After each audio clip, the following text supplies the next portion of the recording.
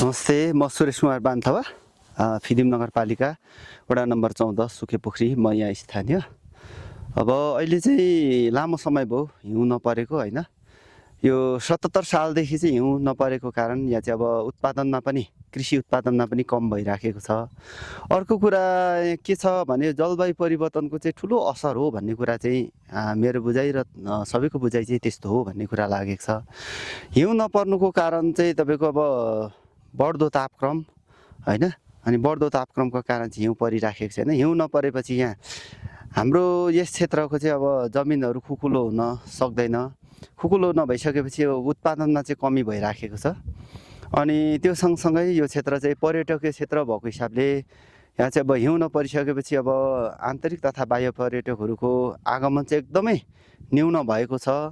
अनि हिउँ नपरिसकेपछि गुराँसहरूलाई वनजङ्गललाई पनि अब जुन पानी पर्याप्त हुनुपर्ने थियो त्यो पर्याप्त पानी नभएको कारण गुराँसहरू फुल्न सकिराखेको छैन, चाँपहरू फुल्न सकिराखेको छैन। त्यसैले गर्दा यहाँ चाहिँ आन्तरिक तथा बाह्य पर्यटकहरू पनि आउन एकदमै सकिराखेको छैन, एकदमै कमी छ। त्यसैले गर्दा यहाँ चाहिँ तपाईँको होमस्टे, यहाँको चाहिँ अब रिसोर्टहरूलाई चाहिँ नै अब आम्दानीमा चाहिँ एकदमै ह्रास आइराखेको छ। अनि अब त्यसैले गर्दा यहाँ चाहिँ अब यो जलवायु परिवर्तनलाई न्यूनीकरण गर्नको लागि चाहिँ अब कसरी हुन्छ, अलिकति बढीभन्दा बढी हामीले भूमिका खेल्नुपर्ने, कामहरू गर्नुपर्ने अवस्था छ। र अब उत्पादनमा त पुरै गिरावट छ। उत्पादनमा चाहिँ अब माटो खुकुलो हुँदैन।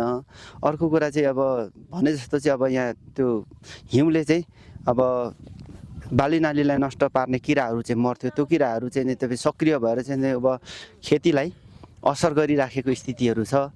अनि त्यसैले गर्दा अब यसको लागि चाहिँ अब हामीले स्थानीय स्तरदेखि र प्रदेश स्तर, सङ्घीय स्तरदेखि, सरकारदेखि चाहिँ अब यसको लागि चाहिँ महत्त्वपूर्ण कार्यक्रमहरू बनाएर चाहिँ अब सरकारी पक्षबाटै लाग्नुपर्ने अवस्था चाहिँ म यहाँहरूलाई मेरो आफ्नो तरिकाले चाहिँ जानकारी गराउन चाहन्छु।